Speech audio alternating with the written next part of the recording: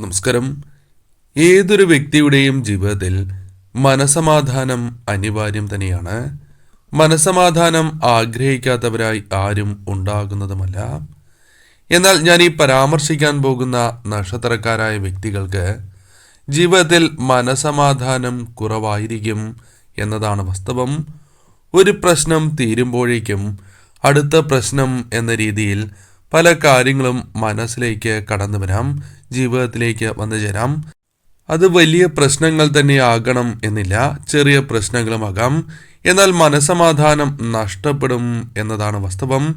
വേണ്ടപ്പെട്ടവരുമായി ബന്ധപ്പെട്ട് പോലും പലപ്പോഴും മനസമാധാനം ഇവർക്ക് നഷ്ടപ്പെടുന്നവരാണ്. ഓം നമഃശിവായ എന്ന് കമൻറ്റ് ബോക്സിൽ രേഖപ്പെടുത്തുക. പറയുന്നത് പൊതുഫലപ്രകാരമാണ്. ഉത്രട്ടാതി, അവിട്ടം, ചതയം, മകീരം, തിരുവോണം, രോഹിണി, തിരുവാതിര, അശ്വതി, കാർത്തിക, അനിഴമാണ്.